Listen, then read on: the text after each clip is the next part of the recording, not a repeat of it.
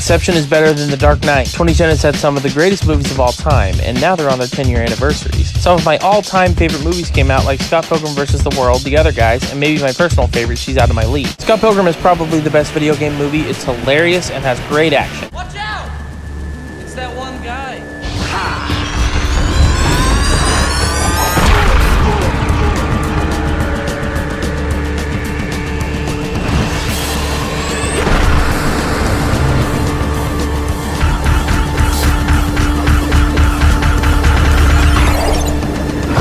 The Other Guys is one of the funniest movies of all time, while also being well-made, which is unusual for a Will Ferrell comedy. They use how well-made it is to their advantage by having it kind of feel like a drama, and then somebody will shoot a gun in the office and break the tension. Shots fired! Hey, Terry, I did my first desk pop. It's a real thing, right?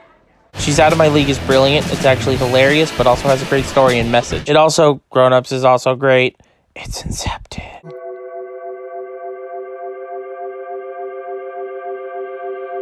Inception is a great movie. Personally, I think it could be better than The Dark Knight because I think this is more focused than The Dark Knight. It did come out after The Dark Knight, so Christopher Nolan easily could have learned how to have better plot focus. The main theme is Inception because Tenet was going to come out a day after Inception's 10-year anniversary.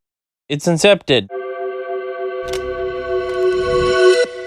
Christopher Nolan is a pretty great director. While not one of my favorites, he's made classics for sure. Personally, I think Dunkirk, Following, and The Prestige are his weakest movies. Then Insomnia, Batman Begins, and Interstellar are middle-of-the-road Nolan. The Dark Knight Rises has mixed feelings from me. Sometimes I think it's better than The Dark Knight, but sometimes I think Memento is better than The Dark Knight. But then I remember Heath Ledger and realize that I may like and enjoy Memento a slight bit more, but The Dark Knight is the superior movie. I'm assuming Tenet will be number 2 or number 1, but currently I figure it'll be at number 2 under Inception, which in my opinion is clearly Nolan's best. Leonardo DiCaprio is one of the best actors and one of my favorites. Tom Hardy is Tom Hardy, and I'm actually a huge fan of Joseph Gordon-Levitt. Plus, even the rest of the cast isn't too bad. This also gives you great sci-fi, which I love. Memento isn't really sci-fi, but for some reason I think about it when I think about Nolan doing sci-fi. I'd probably only rewatch Inception more than once in a while the rest of Nolan's movies I'd either not rewatch or rewatch every few years. That's my Nolan ranking, my thoughts on Inception, and my top 10 favorite movies of 2010. Personally, I think my top 25 movies of 2010 are all worth mentioning, so I'll show you right now. Sorcerer's Apprentice, Kick-Ass, Insidious, Jackass 3, Dinner for Schmucks, Morning Glory, Iron Man 2, Frat Party, The Bounty Hunter, How Do You Know, Devil, The Losers, Red, Shrek Forever After, Get Him to the Greek, The Town, Unstoppable. Shrek is probably the best animated franchise, and while this entry is the weakest by far, it's still got some sci-fi and is still pretty Shrek even if it's not the greatest. While we're at it, Buried is underrated, as well as The A-Team for the right audience.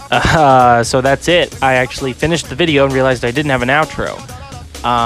Ramona and Beezus is a good movie for kids. There was a Paranormal Activity movie that came out this year.